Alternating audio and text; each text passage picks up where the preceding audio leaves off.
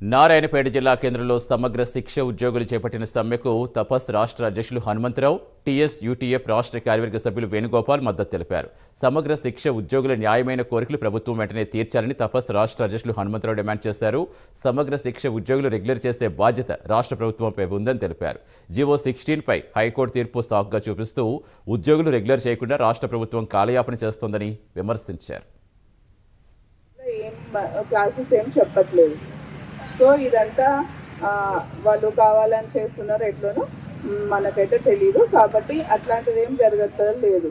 So రేపటి నుంచి మనము వంట కూడా పిల్లలకు ఆగిపోవాలంటే మనము అప్పుడే స్పందిస్తుందేమో అని అనిపిస్తుంది గవర్నమెంట్. కాబట్టి మనకున్న సమస్యలు అయితే చాలా ఉన్నాయి, చెప్పుకుంటూ పోతే ఇంకా మనకు టైం ఉండదు. ఎన్ని రోజులు చెప్పినా ఈ సమస్యలు తీరలేదు. ఎందుకంటే మనకు వ్యత్యాసం అట్లా ఉంది. దేంట్లో వ్యత్యాసం ఉంది? మనకు శాలరీలో వ్యత్యాసం ఉంది. చేస్తున్న పని సేమ్. ఒక జీహెచ్ఎం, ఒక గవర్నమెంట్ స్కూల్లో జీహెచ్ఎం ఏం పని చేస్తారో మా స్పెషల్ ఆఫీసర్స్ కూడా అదే పని చేస్తున్నారు, ఇంకా ఎక్కువ కూడా చేస్తున్నారు. ఎందుకంటే ప్రతి కేజీబీవి ఇప్పుడు ఒక 2 కేజీబీలు మినహాయించి ప్రతి కేజీబీలో +2 వరకు ఉంది. సో ఒక జూనియర్ కాలేజ్లో ఏం వర్క్ నడుస్తుంది, ఒక హై స్కూల్లో ఏం వర్క్ నడుస్తుంది, 2 వర్కులు కలిపి స్పెషల్ ఆఫీసర్స్ చేస్తున్నారు. నా స్కూల్ స్టార్ట్ అయినప్పుడు నాది రెంట్ బిల్డింగ్లో ఉంది. రెంట్ బిల్డింగ్లో ఉంటే పిల్లలు పాస్ అయిపోయింది.